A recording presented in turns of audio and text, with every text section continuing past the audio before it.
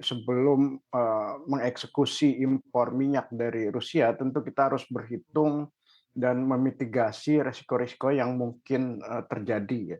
Tapi paling tidak saya pikir ada dua hal yang perlu diperhatikan. Kalaupun terjadi transaksi dengan Rusia, saya harap itu transaksinya G2G ya.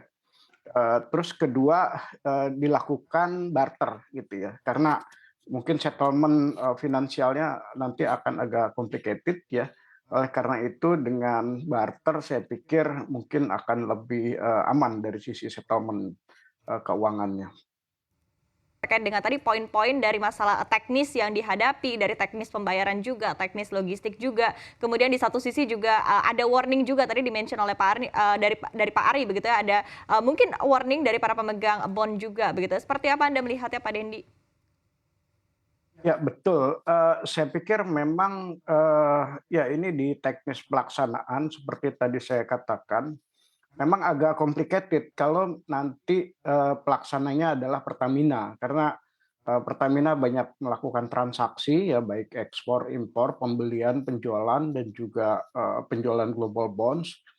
Itu akan menjadi, apa, ya kemungkinan resiko itu kemudian di Pertamina. Oleh karena itu tadi saya katakan, lebih baik ini kemudian dieksekusi oleh pemerintah gitu. Jadi sebagai G2G, transaction, dan itu artinya, ya entah misalkan Kementerian Luar Negeri atau Kementerian Perdagangan yang melakukan, eksekusi. Jadi ini Pertamina bisa, terlepas dari permasalahan ini, kemudian ya Indonesia dari pihak pemerintah yang melakukan proses dan juga bargaining power termasuk dengan berbagai negara yang mungkin bisa menekan Indonesia. Tapi memang itu adalah salah satu resiko yang harus diperhitungkan.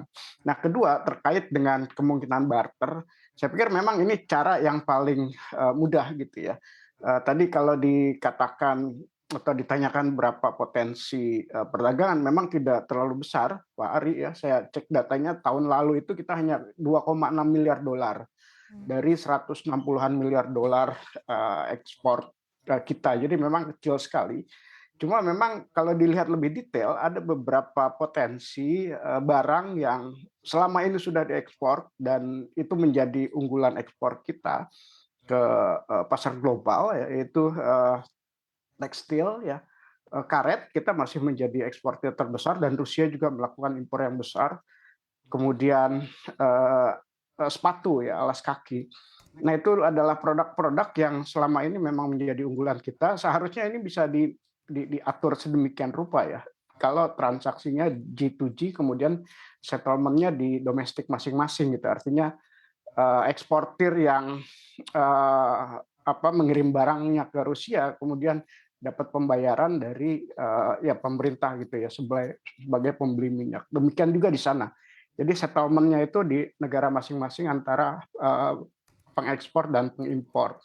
Nah ini saya pikir memang salah satu solusi yang perlu dipertimbangkan ya untuk bisa mendapat minyak yang relatif murah. Tapi memang betul juga tadi ada kendala biaya angkut dan asuransi yang tinggi ya. Ya, Itu juga mungkin harus dihitung ya untung ruginya secara keseluruhan. ya.